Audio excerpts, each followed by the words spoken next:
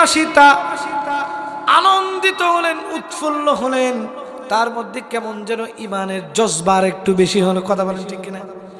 যদি সন্তান আপনার, যদি ছোট সন্তান ইসলামের জন্য লড়াই করতে যাবে, যদি সে আপনাকে সাহস দেয়, তাহলে ঈমান বাড়বে না কমবে?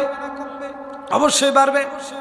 এবার মা ডাক দিয়ে বলতেছে, ও বাবা, তুমি চিন্তা করো না, চিন্তা করো না, যেদিন দুনিয়া থেকে আমিও বিদায় নিয়ে চলে যাব, সেই দিন তোমাদের সাথে জান্নাতে দেখা হবে। কোথায় দেখা হবে? জান্নাতে দেখা হবে। আরে বাবাজি, এবার সেই 6 বছরের ছোট্ট বালকটাকে নিয়ে গিয়ে টকবকে আগুনের মধ্যে ফেলায় দেওয়া হলো।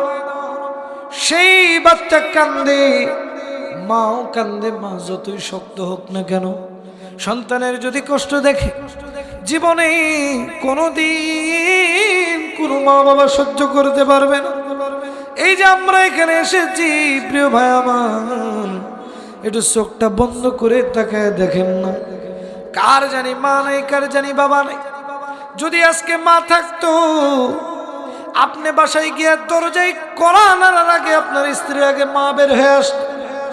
মা বের হয়ে আসা ডাক দিয়ে বলতো, বাবা তুমি যতক্ষণ বাইরে ছিলে, বাবা আমার কেন যেন ঘুম নাই, আমার কেন যেন বুকটা পোড়ায়, আমার শুধু মনে হয় আমার বাবাটা কখন আসবে, আমি তখন নিদ্রাচ্ছন্ন হব। যখন দেখবেন কোনো মা বাবা যদি, সন্তান যদি কোনো বিপদে পড়ে, দেখবেন মা বাবা আগে থেকেই জানা যায়। প্রিয় ভাই আমার, একটু লক্ষ্য করেন, কার জানি মা নাই, কার জানি মা বৃদ্ধাশ্রমে আছে, কার জানি মা কবরে শুয়ে আছে, আমাদের জানা নাই। কোন দিন জানি আমাদের কবরের আযাব শুরু হয়ে যাবে, কোন দিন জানি আমার আপনার নামটা মসজিদের মাইকে এলান হয়ে যাবে। রে বাবা, আমার আপনার কোনো খোঁজ নাই, খোঁজ নাই। আমি আপনি কোনো সময়ে চিন্তা করি না, কবরের আযাবের চিন্তা করি না, কোন দিন জানি মৃত্যু হয়ে যাবে। এই যে আজকে আমরা যারা এসেছি, বসেছি, এমনও হতে পারে এই যে ডানে বামে বসা আলেম ওলামা রয়েছেন, শুনিয়ে দেখেন, আজরাইল এমন একটা ফেরেশতার নাম, যেই ফেরেশতা যদি কোনোদিন কোনো মানুষের কাছে আসে, উনি কখনো খালি হাতে ফেরত যায় না। একটু চোখটা বন্ধ করেন, দিলের কানটা লাগায় শোনেন। কোন দিন জানি আপনার নামটা এই যে মসজিদের উদ্যোগে যেহেতু মাহফিল মসজিদের মাইকে এলান হয়ে যাবে, কাফুরা গ্রামের সর্বোচ্চ টাকাওয়ালা মানুষটা আজকে দুনিয়া থেকে বিদায় নিয়ে চলে গেছে। দেখবেন দৌড়াদৌড়ি শুরু হয়ে গেছে।